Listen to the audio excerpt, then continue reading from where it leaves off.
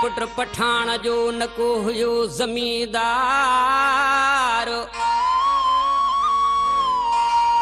आहे गरीबाणो बहार जेको दिल खसे दड़का तो दे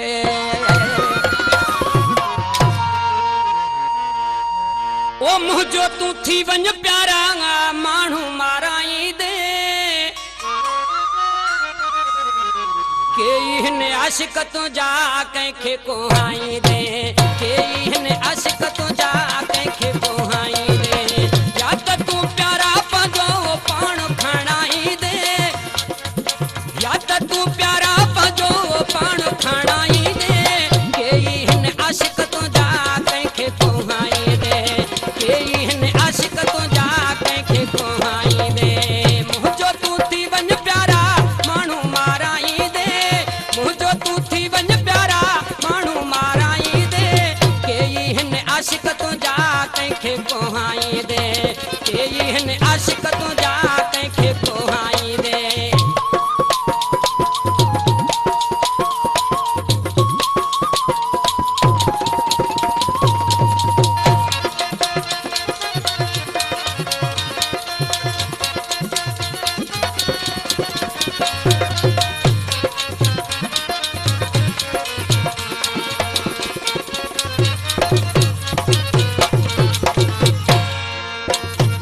तू गडो वही कनखे इशारा इए न थी दो ओ मोजा प्यारा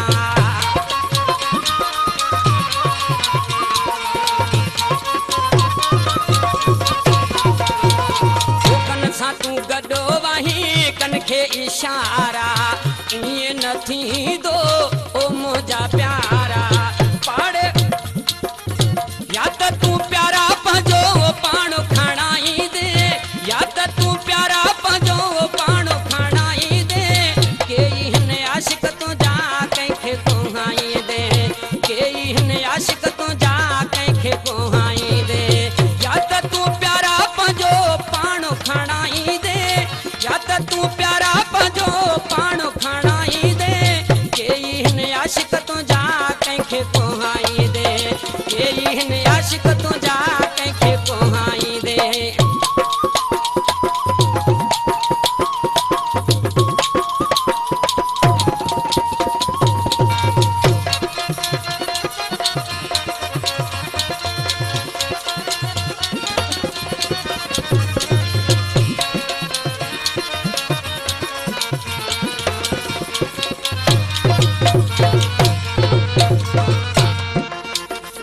के समझो तो रांदा बाराणी रत सां लिखंद से प्यारो कहानी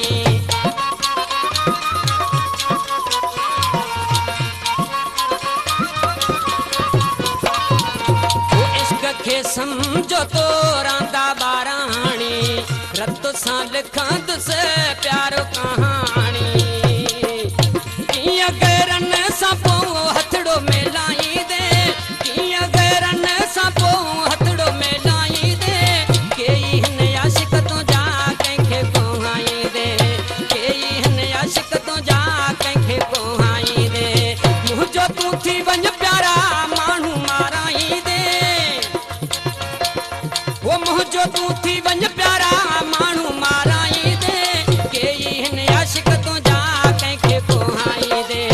के हिन आशिक तुंहिंजा कंहिंखे कोहाई दे